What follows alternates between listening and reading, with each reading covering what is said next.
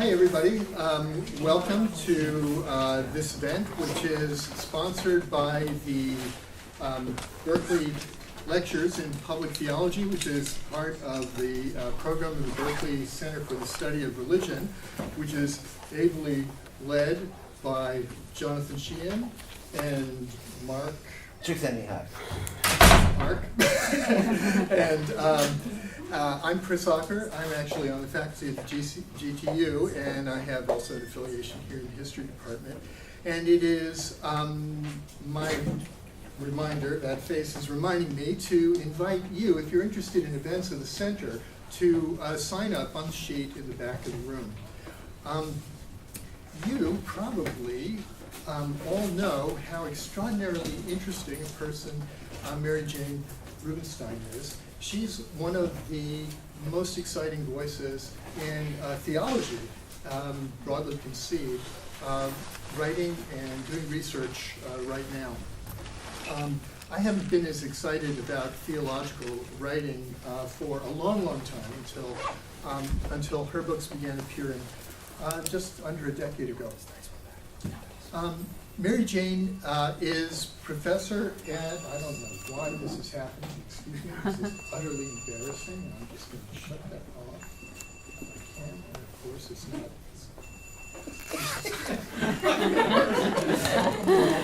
There's a monstrosity here, I think. This is probably the last time I'll be invited to do this at the study of religion. So please don't be alarmed. So Mary Jane's professor of religion and professor of feminist gender and sexuality studies and of science and society at Wesleyan University, which I gather a bunch of you already know because you studied with her. She studied religion at Williams College, philosophy at Cambridge University, and philosophy and religion at Columbia University, where she did her PhD. Her book, Strange Wonder, The Closure of Metaphysics and the Opening of Awe, was an exploration of Plato, Heidegger, Levinas, Jean-Luc Nancy, post-structuralist, describes critical thinking as an activity that rests on an awareness of groundless awe. That is itself, as she demonstrates, a morally perilous position to occupy. Her second book, Worlds Without End, The Many Lives of the Multiverse, linked current discussions of multiverse cosmology among astrophysicists to discussions of multiple worlds in the history of Western philosophy, a kind of case study of the constructive role of the limits of knowledge for our sense of place right now in the world and in the universe, a place that is inherently incomplete. And now we seem to be turning increasingly toward pantheism. She's always been heterodox, but polydoxies, and polytheism itself. Seems to be a certain trajectory in your thinking that began somewhere with God as an intellectual compulsion, proportionately as strong as our incapacity to know God, moving toward multiplicity and as an attribute of the universe that we inhabit, and then pantheism and possibly polytheism itself. She's a contributor to the Immanent Frame, other blogs. There are numerous videos out there that you may have seen. She's a very dynamic speaker. It's my pleasure to welcome Mary Jane to Berkeley.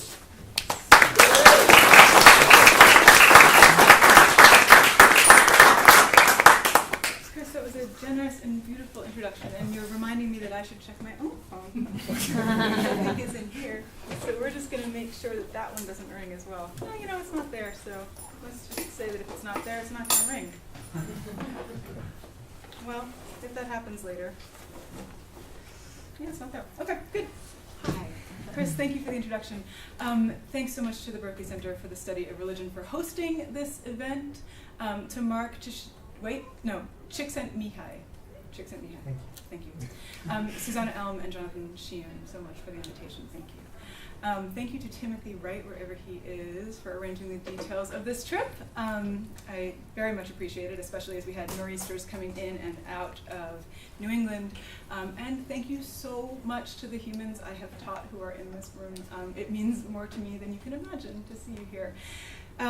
Especially because so many of you helped me have the audacity to come up with some of these ideas in the first place. And you let me test them out on you, which was also delightful. Speaking of all this, I've actually just learned that my own undergraduate mentor, Binks Little, died yesterday. So to the extent that it is possible, I would like to address myself this afternoon to him as well as to you. And would like, for what it's worth, to dedicate this talk in all of its heretical bizarreness to his memory. So, part one. As the 17th century drew to a close, the French philosopher Pierre Bayle published his historical and critical dictionary, an eclectic, rambling compendium whose footnotes comically outweigh its main text and whose essays illuminate the lives and works of biblical figures, monarchs, a couple of Asian empires, and an exceedingly strange smattering of philosophers. Known for its thoroughgoing skepticism, its lewd anecdotes, and its defense of religious tolerance, Bayle's dictionary quickly became the philosophical bestseller of the 18th century, influencing every classic Enlightenment thinker from Diderot and Voltaire to Jefferson and Melville to David Hume and your eponymous heteronym Berkeley. Throughout the dictionary, Bayle's tone is strident and uncompromising. He seeks to undermine nearly every position he considers, following an idea Socratically and with a heavy dose of crankiness until it collapses under its own weight. Even for the acclimated reader, however, it can be unsettling, 4 volumes in, to stumble upon what one can in all fairness call Bayle's unmeasured screed against Baruch Spinoza. Calling Spinoza a Jew by birth, and afterwards a deserter from treatism, and lastly an atheist, Bayle does not even take the time to explain the Spinozan argument he clearly despises. As far as Bayle is concerned, even the most cursory glance by the dullest of humans will reveal that Spinoza's philosophy surpasses all the monstrosities and chimerical disorders of the craziest people who were ever put away in lunatic asylums. What is this surpassing monstrosity, this chimerical lunacy? Bayle only says it once, as if dwelling on it any longer might make it contagious. Hiding it in a footnote, in a subordinate clause, he mentions in passing that the insanity at hand is Spinoza's identification of thought and extension. Thought and extension, often colloquialized as mind and body, were for the earlier philosopher René Descartes 2 distinct substances, meaning each of them was self-sufficient, inhering in no greater thing. Against Descartes, Spinoza insisted that mind and body were merely 2 attributes of the same substance, which he called God, or nature. So here's our monstrosity. According to Spinoza, God and nature are the same thing. As he hastily mentions in his theological political treatise, the power of nature is the divine power and virtue, and the divine power is the very essence of God. But I prefer to pass this by for the present. Now, if we don't let him pass it by, and we linger for a moment with the mathematics of this passing phrase, we will see that if the power of nature is the divine power, and the divine power is the essence of God, then by the transitive principle, the power of nature is the very essence of God. The universe we are in, and which in turn is in us, is what we mean by the word God. Unexpected? Perhaps. Unorthodox? Yes. Heretical even. But why does Pierre Bayle keep calling it monstrous? In a lecture on abnormality, Michel Foucault explains, the monster is essentially a mixture. It is a mixture of 2 realms, the animal and the human, of 2 species, of 2 individuals, of 2 sexes, of life and death. Finally, it's a mixture of forms, the transgression of natural limits, the transgression of classifications, of the table, and of the law as table. This is actually what's involved in monstrosity. So monsters mix things that ought to be opposed. Like this fellow here, a manticore, with the body of a lion and the head of a human. In other renditions, manticores also have the tail of a scorpion and the wings of a bat. So monsters are mixtures. Now, what Foucault means by the table and the law as table is the whole chart of opposites that Aristotle ascribes to Pythagoras and that Western philosophy keeps extending and expanding, namely that table that opposes mind to body, human to animal, male to female, the unchanging to the changing, the rational to the irrational, the spiritual to the material, perfection to imperfection, light to dark. We could honestly go on like this for days, piling up oppositions and adding characteristics to each of these two teams of Western metaphysics, which is to say, team good on the left and team not so good on the right. And as we might notice, the first of these teams includes all of the characteristics we associate with God, whereas the second includes the characteristics we associate with the world, or creation, or nature. God is anthropomorphic, unchanging, rational, light-filled, masculine, and all the rest, while the world is animal, vegetal, changeable, irrational, dark, and feminine. When Spinoza tells us that God is the world, then, he's mixing up traits that any sane philosophy would keep separate, violating the law of the table. How on earth could divinity be material? After all, as Bale reminds us, matter is the vilest of all beings, the theater of all sorts of changes, the battleground of contrary charges, the subject of all corruptions and generations, in a word, the being whose nature is most incompatible with the immutability of God. By mixing the spiritual and the material, the creator and the created, or God and nature, Spinoza therefore gives us not just any old monstrous hypothesis, but the most monstrous hypothesis that could be imagined, the most absurd, and the most diametrically opposed to the most evident notions of our mind. Again, Bale tends to be a cantankerous writer. But his essay on Spinoza is a particularly egregious compendium of unsubstantiated name-calling. In addition to the repeated charges of monstrosity, Bale dubs Spinoza's teachings absurd, horrible, and vile, his ethics an execrable abomination, his metaphysics poppycock, and his theological political treatise a pernicious and detestable book. And such insults are hardly limited to Bale. As you may know, one of Spinoza's contemporaries wrote that his treatise had, in fact, been forged in hell by a renegade Jew and the devil. And the source of this abomination, the professed identity of God and nature, is the position that yet another anti-Spinozist will, in just a few years' time, derisively name pantheism. Etymologically, pantheism names the identification of pan, or all, with theos, or God. But from there, the term means wildly different things depending on how you define the all.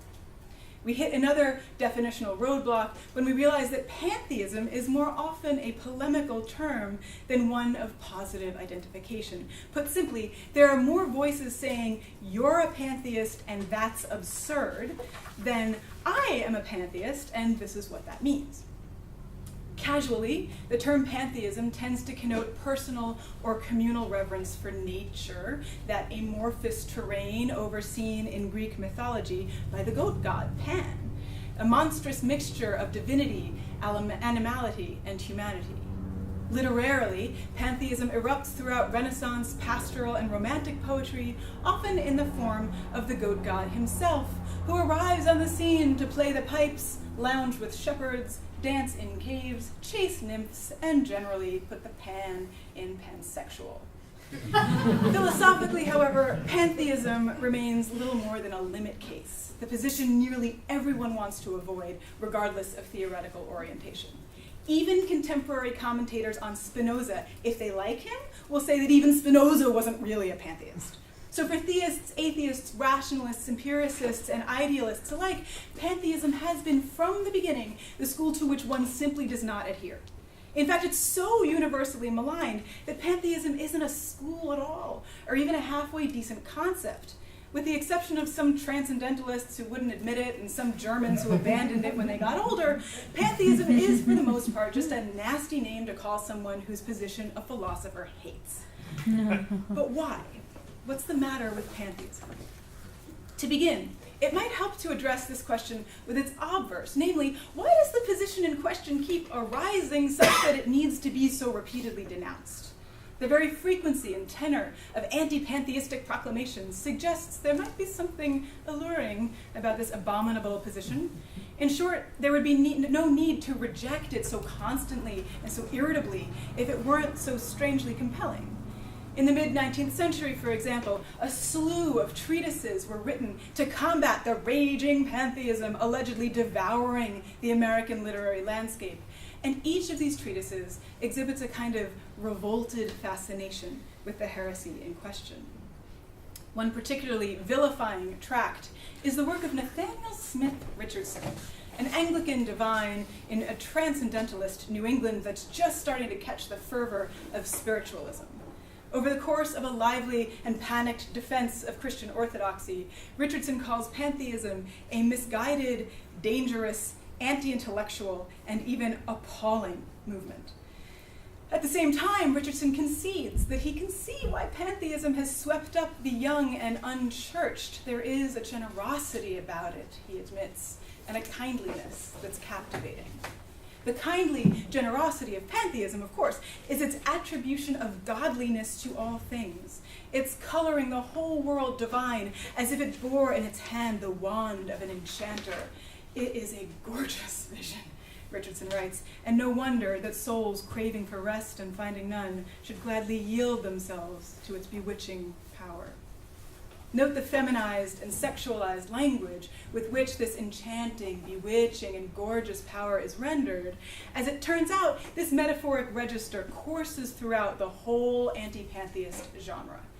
Thus, the Reverend Morgan Dix of Trinity Church Manhattan warns that men lacking insufficient education may have been tempted, seduced, tainted, poisoned by pantheism unawares. Similarly, Alexis de Tocqueville fears that pantheism ranks among those philosophies most likely to entice the human mind in democratic ages, and Herman Melville's Ishmael confesses, while meditating on the mysterious divine Pacific, that lifted by these eternal swells, you needs must own the seductive God, bowing your head to Pan. Melville himself evidently struggled with such revolting seductions. Writing to Nathaniel Hawthorne, for example, Melville meditates on Goethe's infamously pantheist injunction to live in the all. What nonsense, writes Melville. Here's a fellow with a raging toothache. My dear boy, Goethe says to him, you are sorely afflicted with that tooth, but you must live into all, and then you will be happy. There's an immense deal of flummery in Goethe, says Melville, before going on to admit that there is also, in proportion to my own contact with him, a monstrous deal of it in me. And there's that word again. If what is monstrous about pantheism is its coherence of opposites, then it is perhaps unsurprising to find it provoke an affectively coherent response. The monstrous mixture of creature and creator gives rise to a monstrous mixture of attraction and repulsion, of loathing and longing, of I hate this thing, but I can't seem to think about anything else. Part 2. In her feminist decoding of Plato's Cave, Luce Irigaray reminds us of the raging ambivalence that Western philosophy, like the Freudian subject, sustains toward its feminized origins.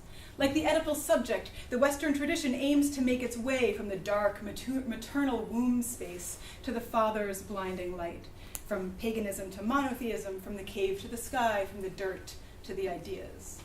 The mother, along with the wife who stands in for her, thus becomes a complex site of disgust and desire, of repudiation and nostalgia, as the Oedipal man, like the whole phallocentric order, simultaneously commands and rejects everything associated with her. A testimony to this steady reduplication of this violent ambivalence, we find a similar structure in Orientalist and primitivist discourse. In such renderings, Western scholars and colonial officials both glorify and vilify a simultaneously seductive and repulsive racialized other who is rendered in consistently dark, primitive, and feminine terms. And indeed, something of the dark, primitive, and feminine fuels the revoltingly attractive power of pantheism. In his reading of American Transcendentalism, Richard Hardack argues that the transcendental movement emerged as a white romantic appropriation of Native American animism on the one hand and African possession traditions on the other. In Emerson and Melville Hardack shows, the landscape that becomes divine in the same breath becomes primitive, feminine, and racialized, specifically black. Similarly, Paul Oudtke demonstrates this persistent haunting of this literature by American Indian genocide on the one hand and West African slavery on the other. For Oudtke, the transcendental sublime, which shatters the male subject in his overawed encounter with the landscape, is a white enactment of racial trauma from the perspective of privilege and safety. Most likely because it was too close to see, however. This particular heritage tends not to be explicitly avowed in 19th century accounts of the scope and history of pantheism. Rather, the pantheist lineage is rooted away from African and Native Americans and through another feminized and racialized other, namely the Orient.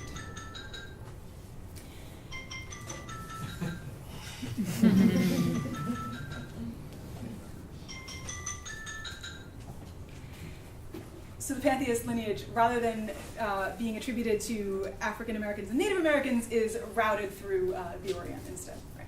So take, for example, Reverend Richardson's above-mentioned treatise, which begins by proclaiming pantheism is the child of the mysterious East. As evidence, Richardson imagines a nameless Indian sage in some dim and fragrant grove or silent mountain cavern, from which he dreams up the absurd idea that even dark and earth-born masses are suffused with the divine expression of the one animating spirit. Thanks to its radical egalitarianism, Richardson admits, pantheism is a captivating philosophy. The problem is that it threatens to keep captivating, advancing its appalling movement, there's the ambivalence, to such an extent that pantheism in Europe and the West is destined to become the correlative of Buddhism in the East. Such widespread pantheist seduction, Richardson insists, can only be counteracted by a straightforward proclamation of Christian orthodoxy. Above all things, he writes, let there be a plain, distinct, and dogmatic teaching of the incarnation of the eternal Word.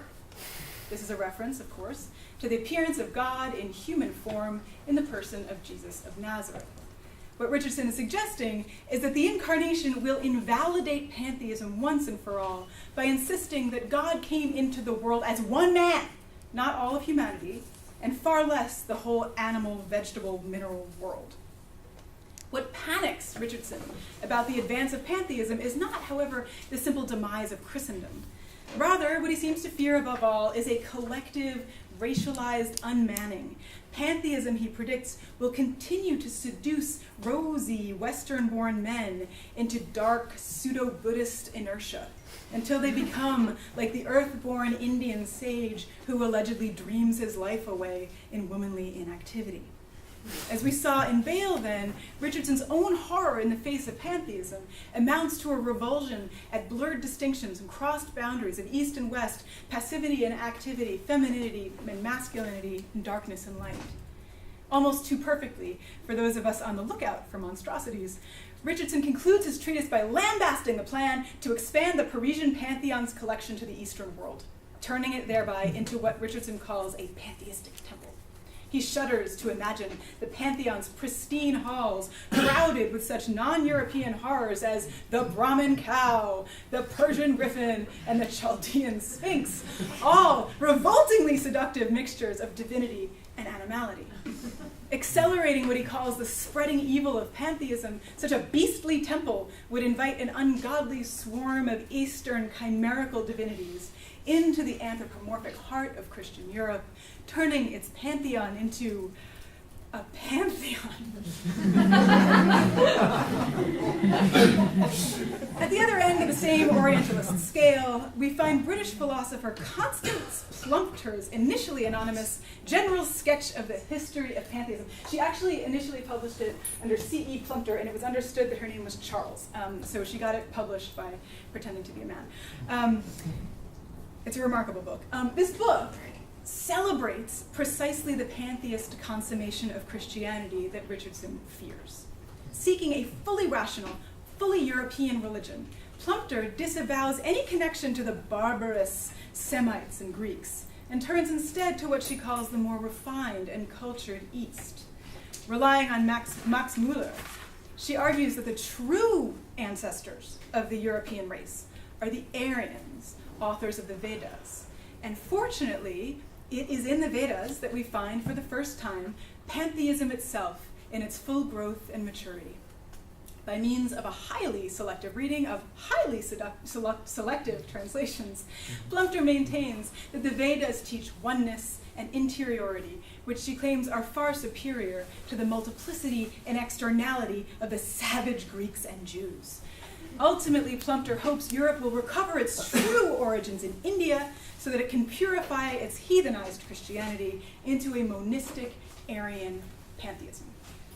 While this glowing representation of allegedly Eastern pantheists might seem a radical departure from Richardson's anti-pantheism, we find in this text the same Orientalist traits simply transvalued. First of all, Plunder reserves her praise for the light-skinned monistic Brahmins, ridiculing the primitive polytheism of the darker castes. Second, like Richardson, Plunder attributes a quiet passivity to the Hindus, who, she insists, may be regarded as a religious, contemplative, and philosophical race, far more than an active, warlike, or historical race. And although Plunder praises these qualities, rather than calling them, say, effeminate, her representation nevertheless serves to reaffirm Western dominance over the East.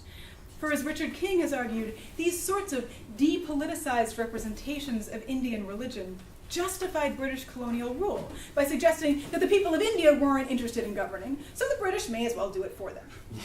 Just like the anti-pantheist literature, then, Plunder's fascinated adoption of the East serves to reaffirm the West's superiority over it. If Plunder mobilizes pantheism in service of the Western tradition, feminist philosopher Grace Jansen has more recently mobilized pantheism against it. Remember that old Aristotelian table of opposites? If you're the product of any remotely deconstructive discipline, then you are bored to tears even looking at this slide. This set of oppressive dualisms has been the target of feminist, post-colonial, decolonial, materialist, queer, and critical race theories for decades. What Jansen began to argue in the late 90s, however, was that the reason this structure still won't budge is that we haven't yet managed to destroy its root, which is to say, the opposition between God and world. As she ventures, if pantheism were seriously to be entertained, the whole Western symbolic would be brought into question. Pantheism rejects the split between spirit and matter, light and darkness, and the rest. It thereby also rejects the hierarchies based on these splits. Therefore, Jansen suggests, any discipline that seeks to unearth and dismantle structures of oppression should adopt an ontology of pantheism. Understandably, however, many such disciplines want nothing to do with any sort of theism at all, having had more than enough of the patriarchal guy in the sky. From Jansen's perspective, however, this academic circumvention of theology ends up leaving God intact as a concept. And the concept of God goes on to valorize the disembodiment, omnipotence, and anthropomorphism it divinizes. In this sense, Jansen suggests, pantheism is a far more radical position than atheism, which ends up reinscribing the concept of the very God it doesn't believe in. Because for all their disagreements with theists, atheists agree that if there were a God, he would be, for example, anthropomorphic, masculine, all-powerful, and immaterial. Throughout her argument, then, Jansen maintains she's not working from a realist stance. Rather, she's working at the level of the symbolic. Jansen is not saying that God is the universe or that the universe is divine. Rather, she's trying to recode divinity as a concept. Whether or not an entity called God exists, she is aiming discursively to align godness with the vibrant multiplicity of the material world. For the sake of our threatened planet, and in solidarity with those whom the Father aligned continue to master, denigrate, and destroy, she in turn calls upon feminist philosophers to do the same. Unsurprisingly, for the student of the history of this term, however, there has not been a widespread or even a small-scale turn to pantheism among feminist philosophers or theologians. Rather, pantheism in the West continues to serve as a limit position, at best, and a nasty name at worst, for thinkers of nearly every school and political persuasion. From the orthodox to the polydox, from the Trinitarians to the Unitarians, from the liberals to the liberationists, ecofeminists to Christo-capitalists, and evangelicals to the death of Godders, whatever it is we say we are not by any means pantheist. And again, I'm trying to understand why. The stated objections to pantheism are numerous and often perplexingly opposed to one another. Pantheists are variously charged with materialism and anti-materialism, irrationality and hyper-rationality, fanaticism and coldness, idealism and mechanism. Whatever the author's position may be, the pantheist rhetorically incarnates its extreme opposite. And the thickest complex of conflicting accusations turns on Bale's first charge against Spinoza. Well, technically the second. The first charge was that he was a Jew. Okay. The second, and the one that carries throughout Bale's essay, is that Spinoza was an atheist. At first, it may seem baffling, even incoherent, to call Spinoza an atheist. As Novalis famously intoned, Spinoza was a God-intoxicated man. Everywhere he looks, Spinoza sees the essence and existence of God. Thus, Goethe similarly reminds us that Spinoza does not have to prove the existence of God. Existence is God. So if Spinoza's God is all things, then how can this all God be nothing? How does pantheism become atheism? There are two major lines of thinking that produce this conclusion. The first is theological, and it insists that the word God means a disembodied, singular, omnipotent, and personal, specifically fatherly force outside the universe. That's what the word God means. So the pantheist's material, multiple, non-anthropic God is, from this perspective, simply no God at all. For the theist, to see God everywhere is to see him nowhere.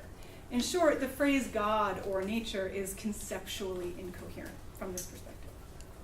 The second line of thinking is more philosophical than theological. With Arthur Schopenhauer, it reasons that calling the world divine does not add anything to the concept of world. A universe that is God is materially and functionally equivalent to a universe without God, so why try to dress it up with divinity? As Nancy Frankenberry explains, by assimilating God to nature, pantheists raise the suspicion that one of the two of them is semantically superfluous. Now, from the foregoing objections, we might think it's clear which term is superfluous: God. After all, the pantheist world is self-sufficient and auto-creative, so it doesn't seem to need divinity. And yet, a slew of other critiques level precisely the opposite charge against pantheism. By swallowing all things into God, they argue, pantheism eliminates not God, but the world. The adjective Hegel uses to describe the Spinozan effect is acosmism. So strictly is there only God, Hegel blusters, that there is no world at all. For Hegelian readers of Spinoza, this all God is said furthermore to wreak havoc on our moral categories.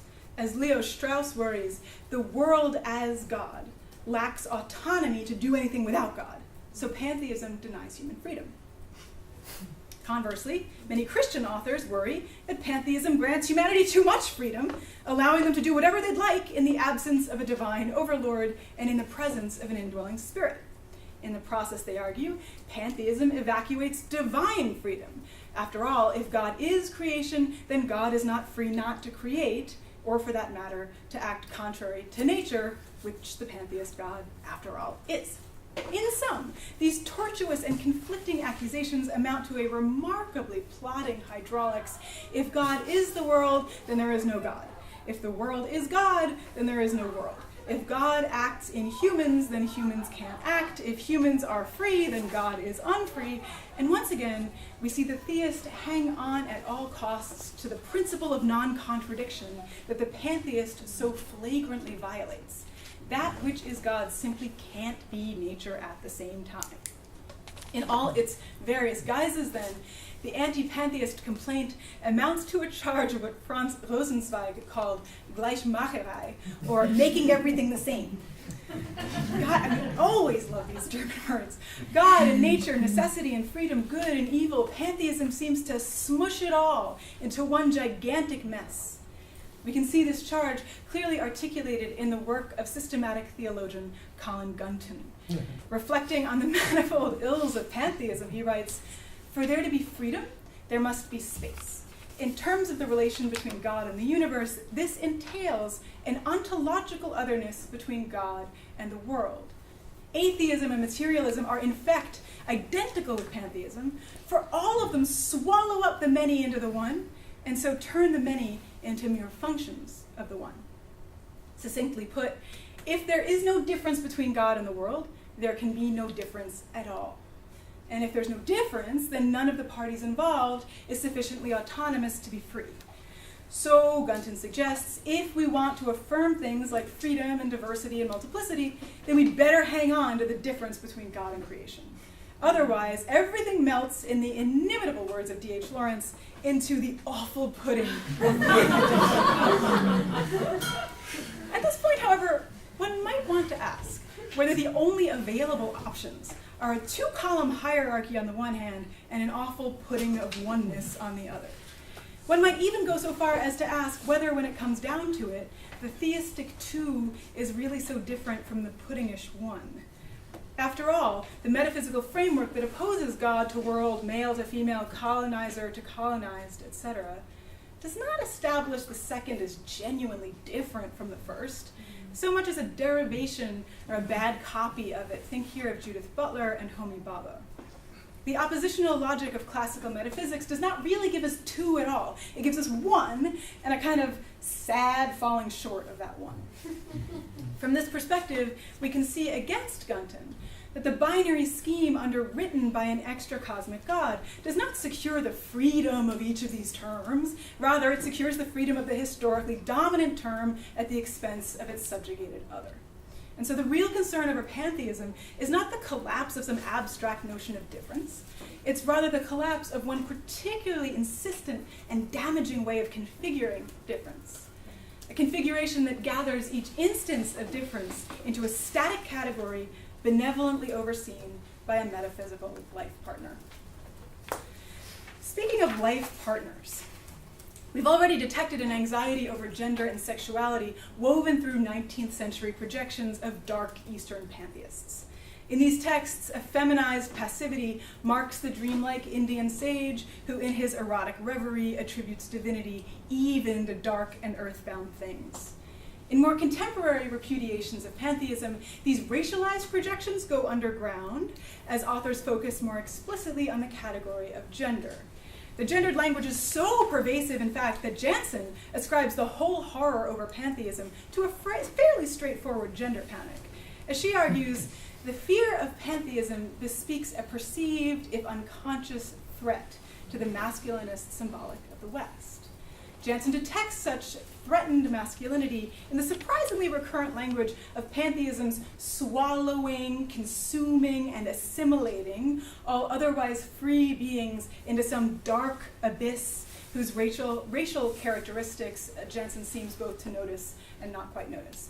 As she puts it, from a psychoanalytic perspective, one could speculate about what dread of the mother and the maternal womb lurks just below the surface of this fear of pantheism. What exactly is the abyss, this horror of great undifferentiated darkness into which at all costs we must not be sucked?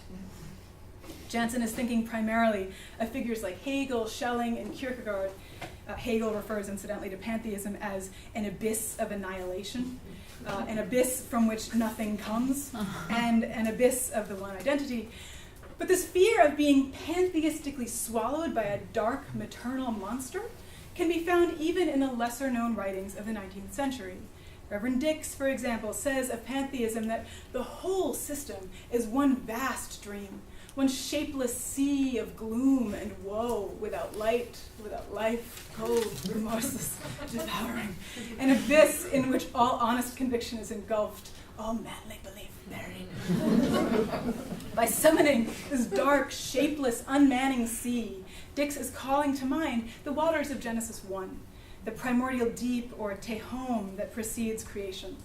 Now in Genesis, a disembodied male voice speaks over this deep to bring forth light and life and planets and stars. But pantheism eliminates the disembodied creator, so all we have is the dark abyss that buries manliness alive, and the womb becomes tomb, Revolted, Reverend Dix tries to imagine what it would look like if this nasty, shapeless sea were to do the work of creating. Here's the story he comes up with. The mass, so indescribable, so incomprehensible, was agitated from within by an equally indescribable and incomprehensible motion. The great belly of blackness and unconscious horror rumbled, as it were, and the abyss, for it seems no better, was in labor and would bring forth. At the risk of pointing out the obvious, Dix's nightmare here is that the world might have come into being as in the same manner as, say, cats, or donkeys, or humans. For millennia, the cosmological triumph of masculinist monotheism has been its insistence that while things in the world emerge from the bodies of mothers, the world itself emerges from a disembodied father. By rejecting this father, pantheism delivers us back to and out of what Dix characterizes in this passage as a black, maternal, irrational abyss. This sort of racialized gender panic is not limited to the Victorian literature. One finds it in more recent rejections of pantheism as well. For example, evangelical theologian William Lane Craig defends the creator God against pantheism with the following illustration. In marriage, the antithesis of two persons is aufgehoben. This means that the difference between them is both reconciled and retained. And if you've ever been to a wedding, you've probably heard the priest or the rabbi say, dearly beloved, we are gathered here to aufheben the antithesis. These two transcendental subjects. Very oh, my darling, I'm so glad that today our differences will finally be aufgehoben. In marriage, the antithesis of two persons is aufgehoben, as husband and wife come together in a deep unity, even as their distinctness as persons is preserved. In the same way, the opposition between infinite and finite, God and world, is aufgehoben, in that God is intimately related to the world in various ways, even as the ontological distinctness between God and the world is preserved. So we're back once again to that table of opposites. The difference between God and world is analogous to the difference between man and woman. And as usual, the man is aligned with infinity and God, while the woman is stuck with finitude and world. As Craig explains, God embraces his creatures just as a husband embraces his wife.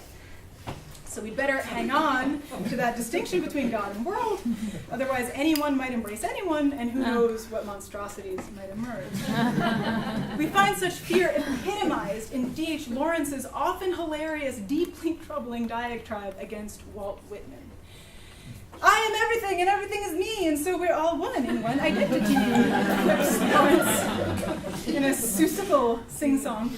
He's thinking here of Whitman's ecstatic enfolding of all creatures, his infinite self encompassing atoms and bicycles and choruses and steam trains, workers and America and quadrupeds and birds, and Lawrence simply can't stand it. All that fake exuberance, all those lists of things boiled in one pudding cloth. No, I don't want all those things inside me. And there's our gender panic. Even for the notoriously lascivious D.H. Lawrence, Walt Whitman has made himself too porous, too penetrable, too queer, a pipe open at both ends. And so everything runs through. Men and women and Brooklyn and bees. Whitman's pantheism makes him the feminized recipient of all of them, including Lawrence bristles, and here comes the race beneath the gender, a quote, an Eskimo in a kayak, little and yellow and greasy, unquote. At the same time as it is universally invaded, Whitman's soul is also infinitely dispersed, promiscuously scattered, Lawrence shudders, into, quote, the dark limbs of Negroes, the vagina of the prostitute, unquote. Now, Lawrence's revulsion at Whitman's pantheism is clearly not the product of some commitment to theological orthodoxy. Nor does it stem from an adherence to self-proclaimed philosophical rigor. Rather, his revulsion at Whitman's pantheism is prompted by the bodily intermingling it polyamorously enacts. Whitman is a monster, mixing activity and passivity, creation and reception, male and female, black and white, the poet and the construction worker, into what Lawrence calls an enormous puddingish one, but which frankly looks more like an unruly multitude.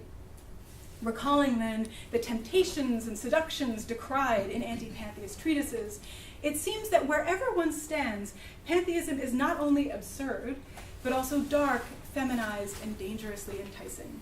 What Bale, Melville, Richardson, and Dix all call the monstrosity of pantheism, the thing that inspires such panic, amounts to a complicated hybridity of divinity, femininity, darkness, materiality, animality, and sex, undesirable, which is to say all too desirable, to theists and atheists alike. Building on Janssen's analysis, I would therefore suggest that the matter with pantheism is that it threatens the Western symbolic not just with a maternal abyss, but with a racialized and speciated range of queer monstrosities, with parts combined that ought to be separate and boundaries crossed that ought to be maintained.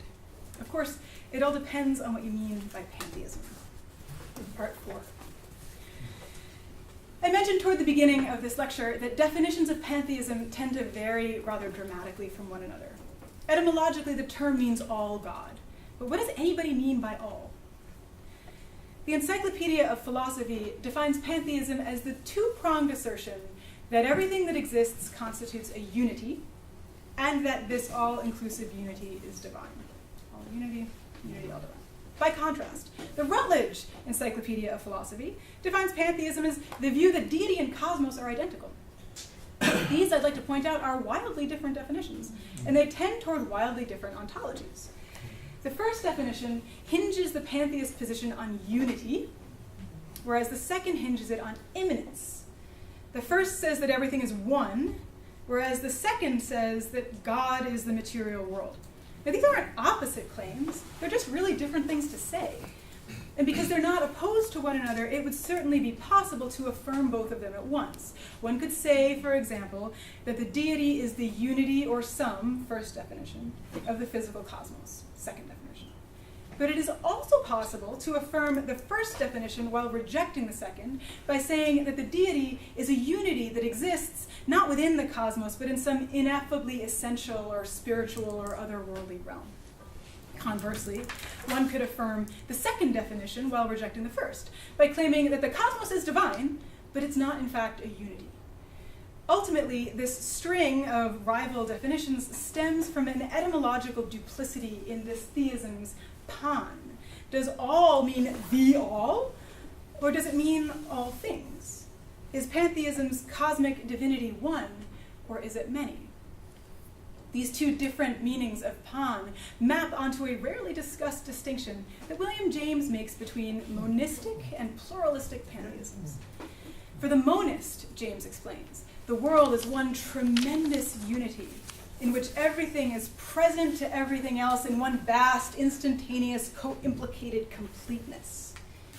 For the pluralist, by contrast, the things of the world are in some respects connected and in other respects independent, so that they're not members of one all-inclusive individual fact.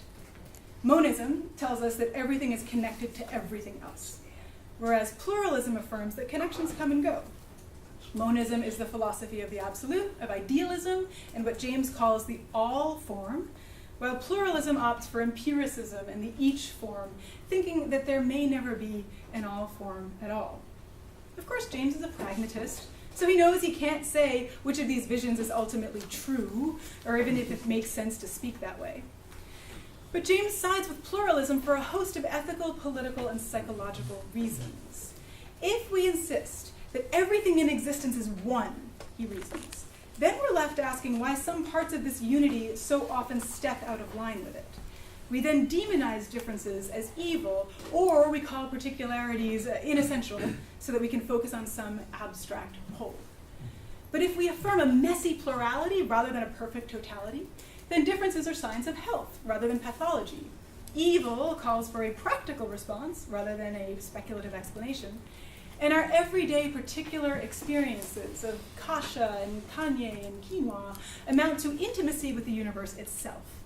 For all these reasons, James opts for pluralism, which makes of the universe what he calls a multiverse, a loosely coherent, evolving chain of complex connections that's never quite all in all.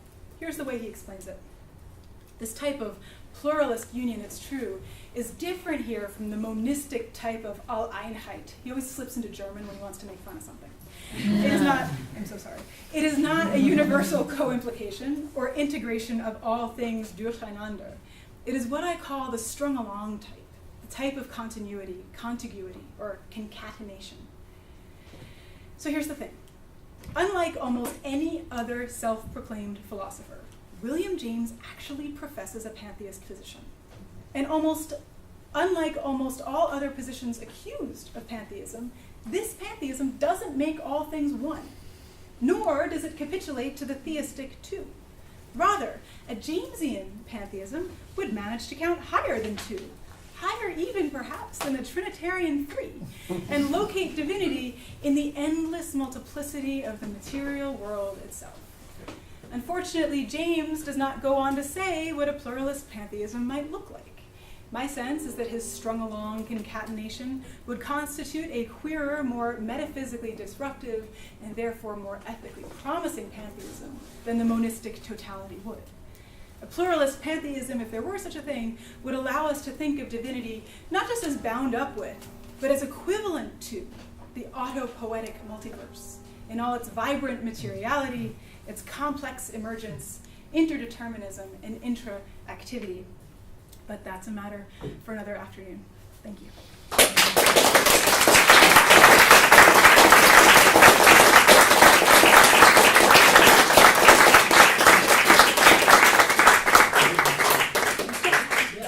So, floor is open for questions.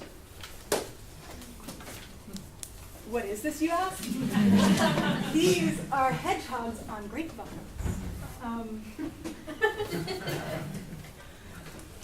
They're hedgehogs. Animal, mineral, vegetable, non-totalizing but complexly connected, sort of adorably medieval. This is from a great website. If you don't have enough things bookmarked in your Google Chrome, the website is called The Medieval Bestiary, and you can find all of the pictures that you've seen. If you like the pictures you saw here today, they're all from The Medieval Bestiary. So all good things come from medieval illuminated manuscripts. Right, exactly. Yeah. Jonathan has a question. Thanks, that was great. I have tons of questions, but I'll just ask one. So does pantheism make any sense if you're not a Christian?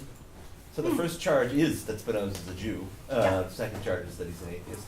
Yeah. But I mean, is there a world in which this stuff that you're talking about, multiverses, plural, monistic pantheism and whatnot, makes sense if you're not already kind of worried about the Christian thing? I mean, do you find pantheisms in the world that's out there beyond our the sort of Western symbolic? Or I mean, yeah, good, thanks. Yeah. Part of the reason that, okay, yes, I believe that pantheism, what one calls pantheism in either its monistic or pluralistic forms, can be found in a number of traditions other than Christianity. What I don't think you can find is the panic over it in traditions other than Christianity. I mean, the reason that Hegel, for example, gets so upset about Spinoza, whom he relies upon, and he admits that he relies on him, but he says that you have to sort of start from Spinoza and then go somewhere else.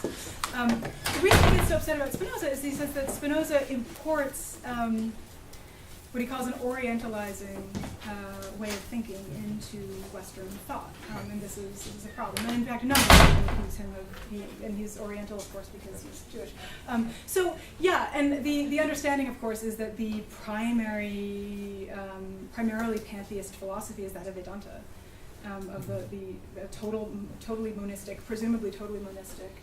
But if you study Vedanta, there are ways of reading particular Vedantic texts that actually sustain a really interesting, vast plurality. The problem is that Vedanta gets introduced to the West by means of the colonial encounter, and it seems like probably the good thing to do is to unify it philosophically and to proclaim that Vedanta is the most unifying, most solidifying metaphysic, even more so than Christianity, in order to drum up a kind of Hindu national project to throw off the Christian incursion. So, yeah, and then a kind of pluralistic pantheism God in sort of Mahayana cosmologies of Buddha worlds. You could find. I guess my question isn't whether you could come up with a correlation between what you're describing as pantheism and some other cosmologies, but whether other other kind of traditions and have actually themselves, in your view, responded to this pantheist stuff that you're talking about and said, well, we're pantheists, what's the big deal, you guys? Yeah, I mean, or do they just say, well, those Christians are always worrying about pantheism, we're just doing our thing over here. We're just doing our thing. Yeah, I think increasingly the materialism known as the material known as new animist material. So within the anthropological literature, those authors are claiming, look, we have here a gentle materiality, we have sentient rocks, we have grandfather coyotes, we have persons in rivers and rocks and trees, and that looks a lot like what, by means of William James, I would call pluralistic pantheism. But the authors will say, but this isn't pantheism, because everybody says this isn't pantheism because it's not religion, it's philosophy. So there's a major disavowal of religion because religion makes indigenous communities look too backward and too primitive because of what Durkheim did to them right back in the 19th century. So now there's this massive disavowal of religion, which amounts to a disavowal of pantheism. So yeah, I haven't found too many. I mean, of course, there are neo-pagan movements that explicitly take up the category of pantheism. What I'm mainly concerned about is the lack of conceptual coherence about the position, which isn't to say that it's the job of neo-pagans to come up with a conceptually coherent position. It's just to say that whenever anybody goes to investigate the category tends to be configured in pretty unimaginative and uninteresting terms. Yeah, it was up here. I think you were first. Thank you. It was amazing. I'm just a question of clarification, actually. Yeah. To me, what I hear, from what I understand, is that all this debate actually revolve around the distinction between. I mean, there's a place called nature in a sense. There is an entity called nature. So it's kind of fundamental, I guess, this idea that nature is separate. Mm-hmm. And I imagine, I mean, always people might have a distinction between God and nature, but I imagine in pre-modern world there were distinct categories that kind of do not necessarily fall in nature, but also do not necessarily fall in, divine causes or that kind of. I'm wondering. This is a kind of a question of clarification. Like what would be a different category? The kind of like maybe like preternatural, the kind of like things that might look strange, different. The kind of the preternatural. Yeah. Good. The word nature is just as fuzzily defined as anything else. But when, say, Spinoza uses it, he means to refer to the entire material and ideal universe. So everything that is, and that's what nature means. Starting in the later 17th century, and certainly by the time you hit the 18th century, you get this sort of increasingly mechanized notion of what nature is, and then nature has to be divorced from the supernatural, and that may be an intermediary category between nature and God. But it's the Augustine would talk about the difference between the city of God and the city of man. Like the distinction is between that which is divine and that which is that which is uncreated and that which is created. And so when Spinoza, for example, uses the term nature, he is referring to the set of all things that are created. And his intervention is to say, we tend to think about, this is the beginning of the theological political treatise, he says we tend to think about God and nature as two different things. And that they compose the whole set of what exists. There's God and there's nature. And God is some kind of monarch, and nature is some kind of thing that God controls. But Spinoza goes on to say, this is a misconception. God and nature are not actually two different things at all. So that the distinction goes pretty far back. And again, I think you're right to say that you only need to get the category of the supernatural, the preternatural, once nature is understood to be mechanized and sort of scientifically governed by specific laws. Does that? Yeah. I mean, the other category I was going to say is like angels. I mean, angels are a real mess for metaphysics, right? Because they're eternal, but they're created.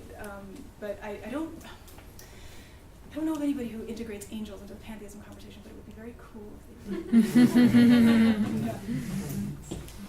There's a hand over here. Hi. Are you familiar with the Tao Te Ching? Sure. So would you associate Taoism in Mm-hmm. limiting Taoism to just the Tao of Jing? Yeah, Because yeah. you get a different thing if you pull out of there. Yeah. As being possibly pantheist. My question is, would you? Of course, it's possibly pantheist. I think that many people affirm it as pantheist. I don't know. I'd love to hear what you think about this, because I don't know how.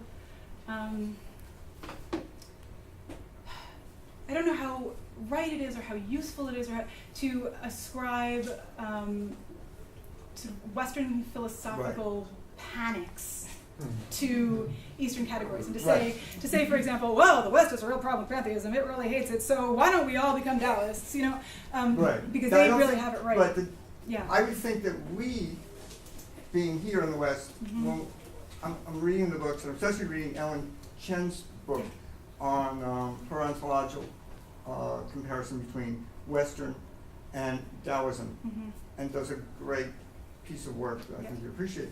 She doesn't use anywhere in her index, anywhere in her text, the concept of pantheism. Yeah. But I would think, in the James sense, and in my sense of pantheism, yeah, it is Taoist. It is That's really Taoism is pantheism, yeah. but because they don't see a distinction.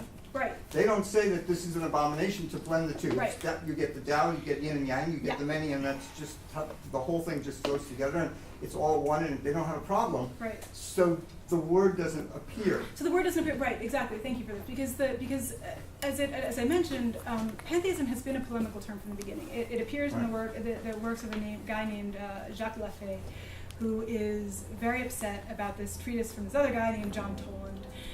And so he writes, it's just a Latin untranslated thing. He writes that Toland's metaphysic amounts to what he calls pantheism or atheism, and therefore it's disgusting. Right. So from the beginning, pantheism is a term of derision and a term of, and you're exactly right to say that the cobbling of these two words together presumes from the outset that they ought not to be cobbled together. Whereas again, you don't get the problem, right? If you don't begin from that assumption that they're two different things in the first place. Yeah. That's thank you.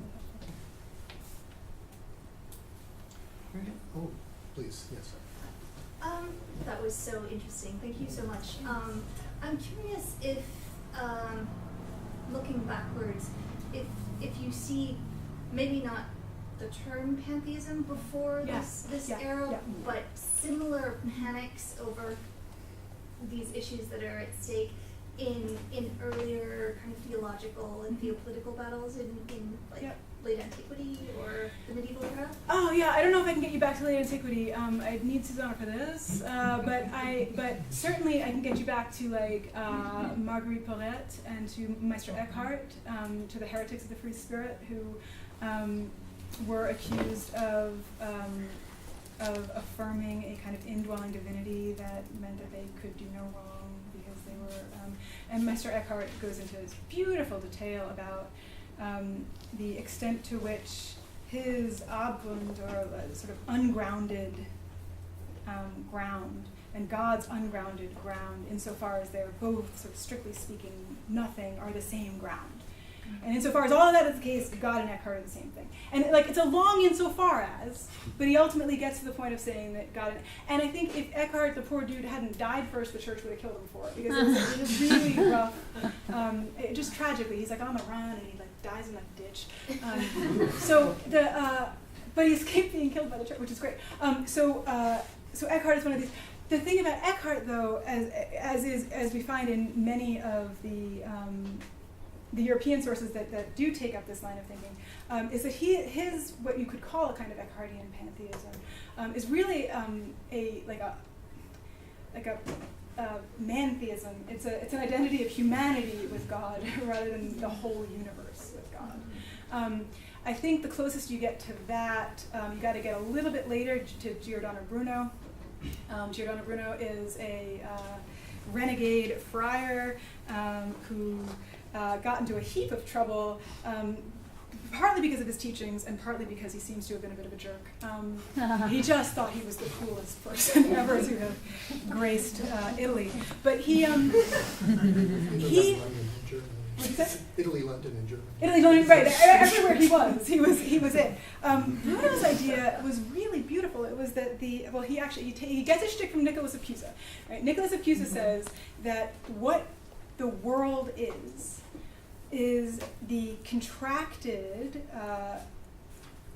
sort of sending forth of God's self. So God is like an uncontracted infinity, a limitless infinity, and then contracts God's self to produce this contractedly infinite universe. And the universe is like this just unlimited outpouring of God, which is absolutely amazing. And he goes on about this, about the universe. So for Cusa, man isn't the image of God, the universe is the image of God.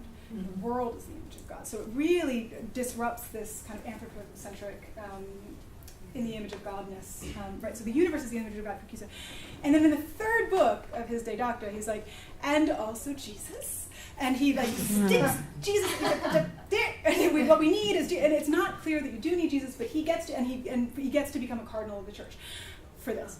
Giordano Bruno comes along a couple of years, like a couple of century and a bit later, takes the same metaphysic, but ditches the Jesus, because he's like, look, the universe is already the incarnation of God. We don't need, and they're like, what about Jesus? He's like, sure, yeah, Jesus, but also like mustard seeds, and also, right, and kind of everything else. The universe for Bruno is really just the unmediated outpouring of God. God can't not create God's godness is God's becoming the universe. That's what it means for God to be God, is for God to be the universe. He gets executed. He gets burned at the stake for it. Because because he denies the incarnation, but he doesn't deny the incarnation. He just globalizes the incarnation by making the entire world the incarnation. So these are like some people. Michael Servetus, whom Calvin had killed, he's got a kind of similar thing going on. Yeah, your guy. Yeah. So you do find precedents, but again, a lot of the explicitly named pantheistic precedents are people who are identifying God with the humans, and I'm kind of interested in those folks who are identifying God with the world. Yeah. Right. Can I ask a question? Yes. I'm sorry. I got really excited about Nicholas. Yeah, no, that's super fascinating and helpful. I'm just really curious about the Holy Spirit in these conversations and kind of what's like the sort of orthodox background of thinking about the Trinity and the sort of since pretty much day one, people killing each other over sort of the grammatical expression, the gendered grammatical expression of the Trinity, and whether there's some kind of connection there that's interesting, because the Holy Spirit has caused so many problems from day one. Oh, right. Well, and certainly with Porret and the Beguines and things, the sense is that like the Spirit is too unleashed in them. That there's not enough Jesus and there's too much Spirit. That the Spirit is like democratic inhabiting of all humans at least, extends godliness too far. So it's like this overrunning of it's this numenological overrunning. That's the pantheist problem. I don't know if that helps at all. But this is often the issue that like we have run away with like the charisms of the Spirit, and this is why we need to get back in the 19th century to like the incarnation of God in the single blah blah blah, because we've somehow in this understanding. The giving of the Spirit becomes something like an extension of the incarnation to all humans. Doesn't usually get extended to like snakes and rivers and stuff like that. But so that's usually the way it's talked about. Okay. Another question here, and then back to Jonathan again, and over to No, you cut me out. Just you gone. Okay, got it. So there's a book by Carl Ginsberg, The Worms and the Jeeves. The world what? The Worms and the Jeeves. Oh, the worms and And Miller gets in trouble for saying that God and angels appeared like worms and cheese. I'd just like to mention the Ranters in 1640s England, because they seem to scare people with their pantheism. Yeah, that's really helpful. Thank you. Thanks. Yes. I'm curious, and this is sort of like a double question. I'm curious if the Shakta tradition came up in the panic of Christians to pantheism. And I was thinking about it when you brought up the it's a little bit different, but thinking about Kali and monstrosity as sort of a hard limit for Christians. And kind of the second part is I'm wondering if there's any research, contemporary research around this topic that highlights the Shakta tradition as one that... I didn't find anything.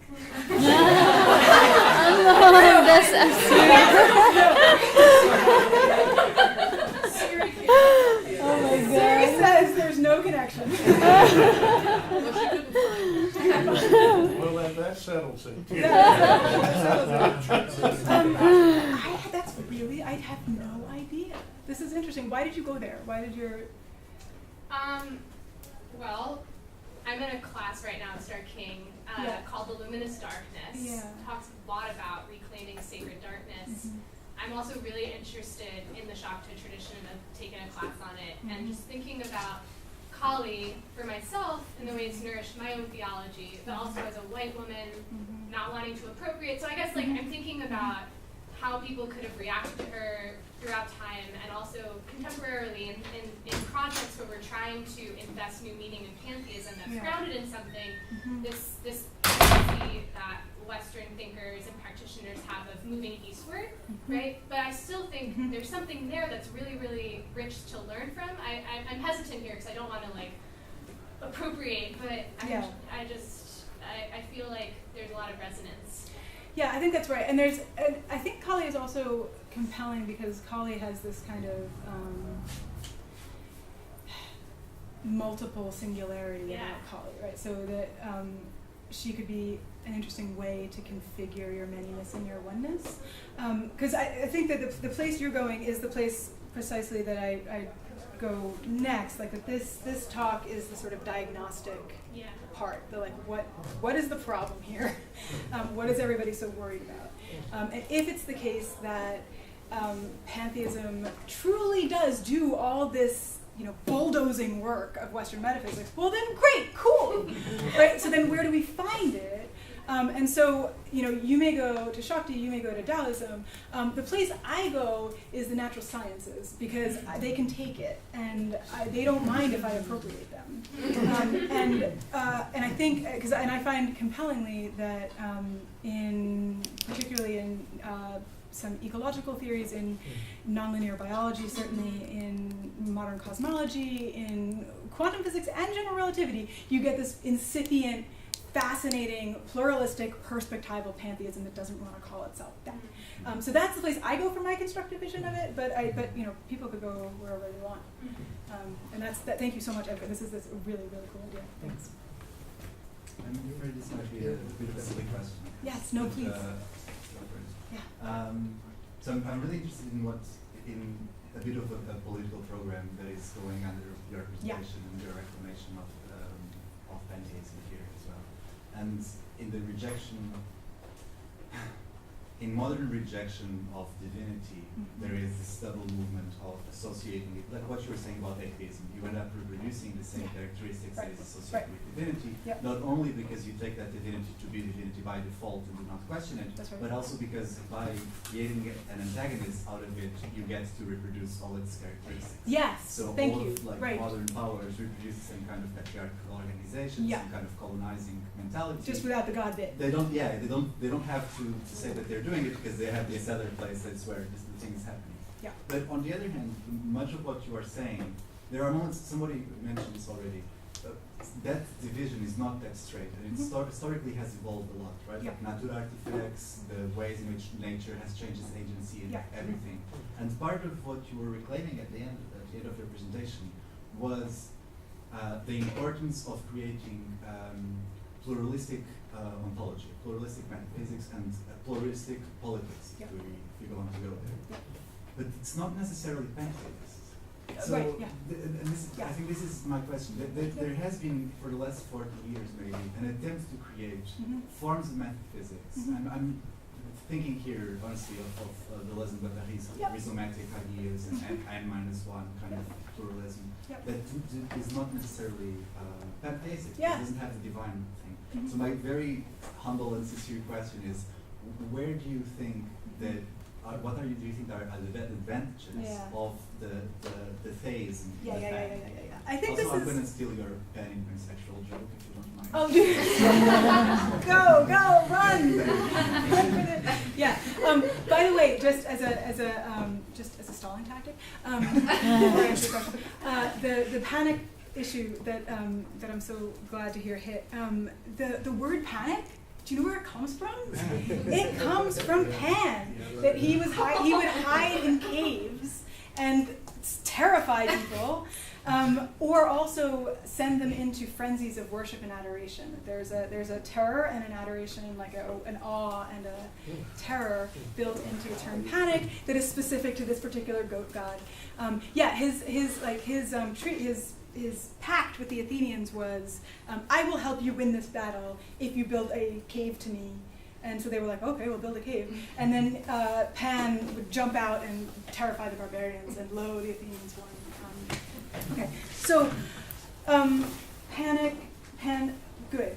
I think this is the hardest question. I think this is the hardest question, which is there actually a difference between pantheism and atheism? It was the first position pantheism was accused of. It remains a position of which it is accused.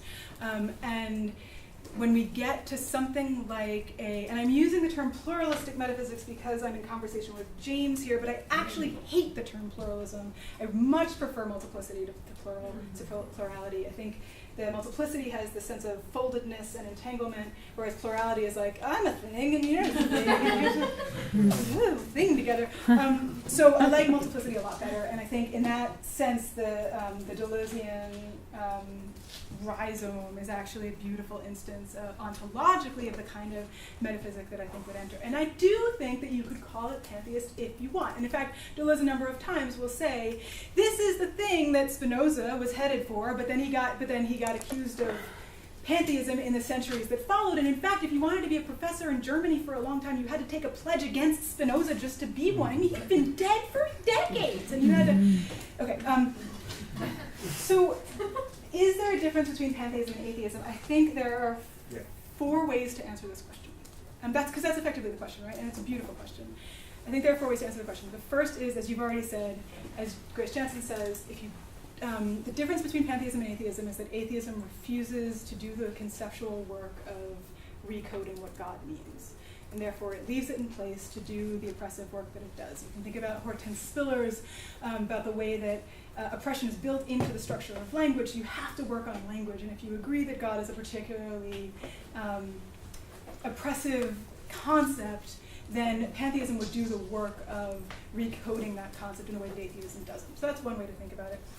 I think another way, sort of symbolically, another way to think about it is ethically, of course, and I think this is compelling for like the neo-pagans who do profess a pantheism, which is to say, if the world we are in, the world we compose, is divine, if we think of it as divine, we might be less likely to, frack it. Or to commit, horrible violence against it because there's divinity there. And this is different from the atheist just subtraction out of divinity, which arguably gives rise to, or at least enables, a kind of techno-dominance of the earth. Now, of course, Pope Francis claims that in order to be good stewards of the earth, we actually have to affirm an extra cosmic father who gave it to us. Because and he actually directly refuses pantheism in his Earth treatise, because he says, if everything is divine, then we are divine, and then we think we're gods, and this is a big problem. So we need a God outside the universe who gave us. Now, cool. That would be a really interesting conversation to have. Pope Francis versus pantheists, right?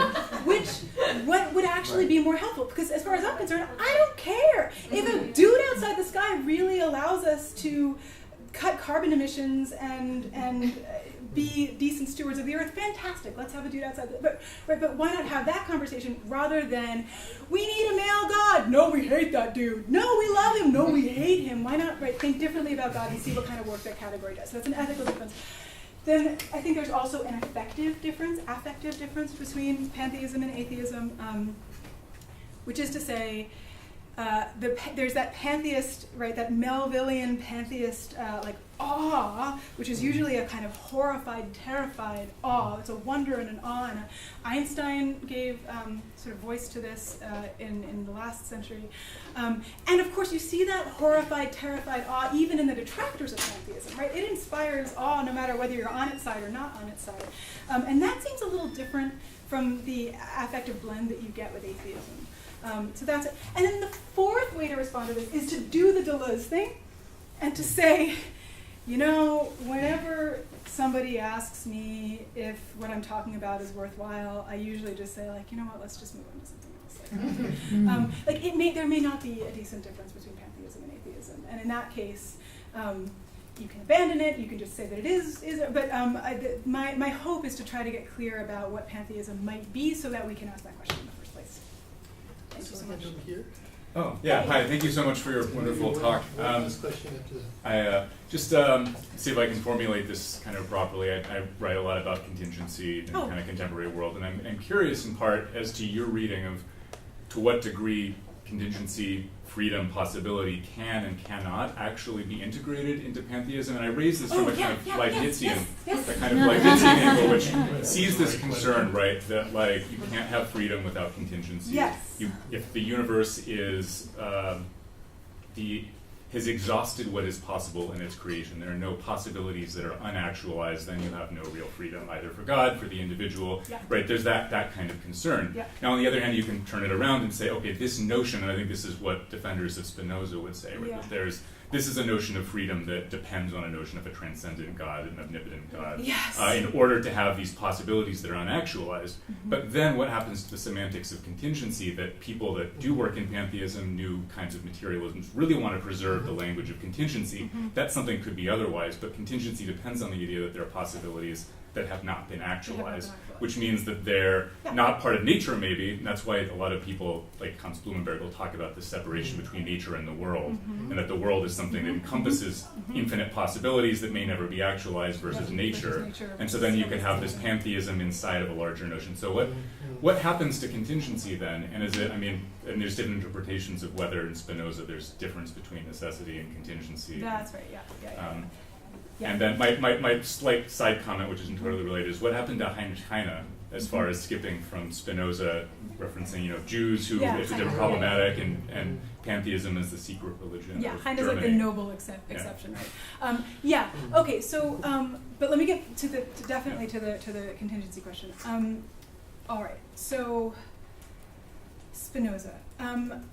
The issue of yes, I think you could just dodge the question by saying that the kind of freedom one is looking for from this particular metaphysic is only one that's opened by the monotheistic God in the first place. I think this is another answer you could give to the problem of evil. Why would you call this stuff divine when there's so much nastiness in it, right? The problem of evil is only a problem if you affirm a priori the existence of an extra cosmic God who's benevolent and omnipotent in ways that we understand him to be, and who has us in mind and wants us to thrive, and not beetles and not termite, whatever. Okay. So I think that you could just say that, like, this is not working within that particular discursive regime, therefore let's not talk about it. But the second way you could answer it is to say, I think there is a difference, an important difference in this regard between monistic pantheism and pluralistic pantheism. That a monistic pantheism would assume some kind of actual or possible totality in which even if the possible isn't yet actualized, it's somehow held within the necessity of all things that are going to come into being. Whereas in a pluralistic universe, things are like complexly connected enough so that unexpected affiliations emerge and produce new things. So the question is whether you can get that kind of reading out of Spinoza, who's got this deterministic universe. And I think that you can get the reading out of Spinoza if you want to by either the cheap way to get it out of Spinoza is to say that Spinoza thought that nature, looked at nature and said, oh my gosh, look at that, it's eternal and infinite. And you could say to Spinoza, well, we don't understand nature to be that way anymore. Therefore, the deterministic universe you thought that was evident is not the case. Therefore, you get some contingency in Spinoza. I think that's a cheap way to do it. I think the better way to do it is to say that substance modified through the modes, modified through the attributes, modified through the modes, is said to be, in the ethics, composed of not just the attributes, but of the modes themselves, of like the run of particular things. And in order to distinguish the modes from substance and the attributes, Spinoza says they, unlike the attributes and substance, are not necessary. And they could either have been or not have been, always. Like nothing is necessary. No particular thing, that camera is not necessary. Nothing around us modally has necessary existence. And if it's the case that that run of infinitely unnecessary things actually composes substance, I think you can read the modes back into substance and say, look at that, we've got contingency right in the heart of substance itself for Spinoza. I think you can do the same thing with Einstein, who is very similar to Spinoza in the 20th century and affirms a deterministic, pantheist really, universe, and says that there is absolutely no contingency, everything is. But Einstein himself has this idea that if you stand on the embankment and lightning hits at the same time, then you can say that those two lightning bolts are absolutely simultaneous, but if you're on the train, they're going to hit sequentially. Then there's absolutely no way of reconciling those two positions. They are both true. They are both the same issue. And part of what bothered him so much about quantum mechanics was this issue too, that you couldn't determine whether the thing was here or there, whether the thing was light or particle. So there's a way also to get this contingent reading out of Einstein too, by reading relativity against him, by reading quantum against him. I think that's where I would go at least. More fun reading of Spinoza and more fun reading of Einstein. Thank you. Yes. One last question? Anyone? You have the It might be question. more of a comment. The other questions have been so on point.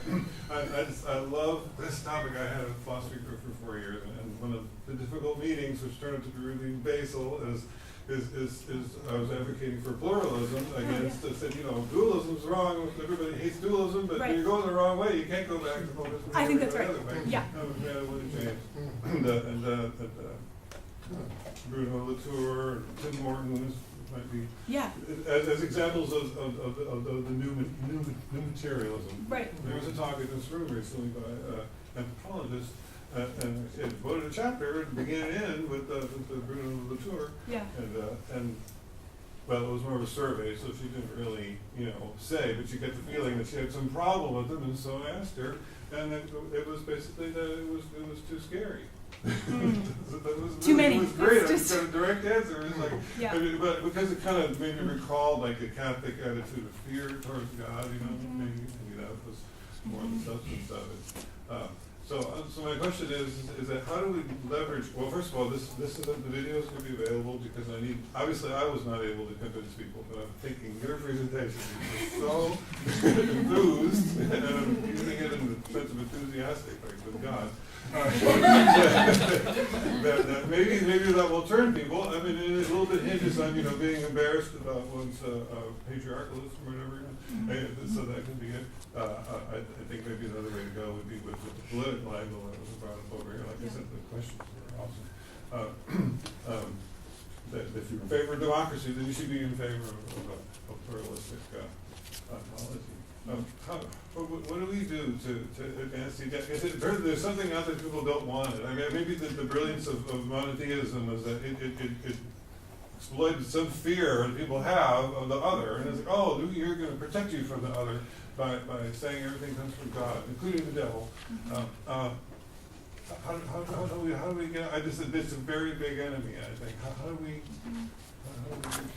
I think that, I don't know if you know the work of Bill Connolly, the political theorist, William Connolly.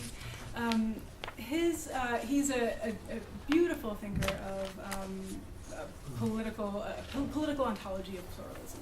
I really recommend his books to you, particularly the What of Becoming, the Something of the Universe of Becoming, World of Becoming, Universe of World of Becoming. And his sense is that what we need politically is rigorous ragtag coalitionalism, and that you need to make friends with as many people as you can, with as many diverse commitments as you can, and in order to, but you've got to figure out what the enemy is, and the enemy for Connolly at least is resentment. It's resentment resentment of particularly minoritarian uprisings, it's resentment of the earth, it's resentment of the stuff that brought us into being. And so he's sort of trying to call together this radical coalitional politics of all of the people who love these things instead. And so that's his, at least his recommendation is, talk to as many people as you can, make as many friends as you can, and don't try to make them into pantheists, right? This is, or even pluralists, right? Just because, again, as James would say, like we have no idea whether pluralism is the case, whether monism is the case, whatever. We just know that there may be some ethical differences between them, and sort of see how it works. But that would be his sort of gather the multitude, I think, would be the way that I come to talk about it. Intersectionalism. Yeah, exactly. Let that be your commission.